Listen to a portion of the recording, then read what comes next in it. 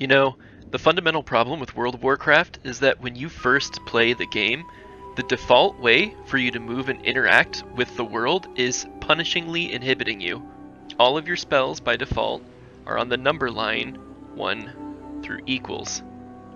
By using these default controls, you are compromising your character's speed, you're limiting your visibility of the world, and you're handicapping your ability to perform your spell rotation.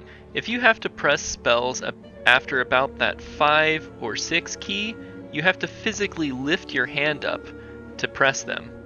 This means you have to choose between movement or those far out spells. You are also making yourself vulnerable to pressing the wrong spells by accident with all of the hand moving. Being able to press your spells while still retaining movement and control of your character would be more efficient. Also, if you've been playing with the default keys layout, you are also probably guilty of using your mouse pointer to click the spells on your action bar. This bad action makes sense if you're trying to keep your hands on the movement keys. You would have to physically lift your hand off those keys to press any of those far-reaching spells. But be warned, clicking these spells is taking your eyes off of your character and tunnel visioning on your action bars. This brief moment of concentration will get you killed. Mechanics and other incoming danger will not wait for your eyes to focus back on your character. Also, we're now using our mouse to turn by holding down right click.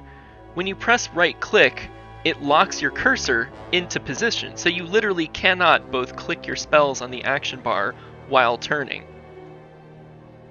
Here's the right way to do it.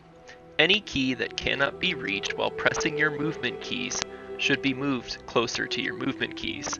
If the only movement keys to be bound are strafe and move forward, then you could have them in an arrow configuration, such as A, W, and D, or you could have them all in a line, such as Q, W, and E.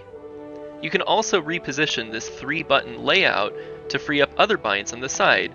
So for example, A, W, and D could become S, E, and F. And Q, W, and E positioning could become A, S, and D.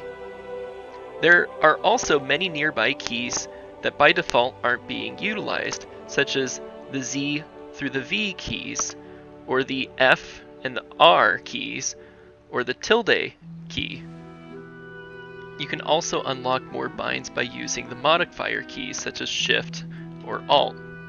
For example, if you have a rotational spell that you use frequently on the spell button number 3 or the key number 3, then you could make a separate bind, Shift 3, the power-up spell. And in practice, in your rotation, you would cast Shift 3 to power up and then resume your rotation by pressing the 3 key after increasing your character's power. Consider the mouse as well. Even standard 3-button mouses have both the scroll, directions, and middle scroll click, and that could be 3 potential binds. It's your personal preference as to how to bind your spells, but here are some strategies to think about. Give careful thought to the frequency of your button pushes. The more frequently used, the closer they should be by proximity to your movement keys. Also think about your rotation and sequences.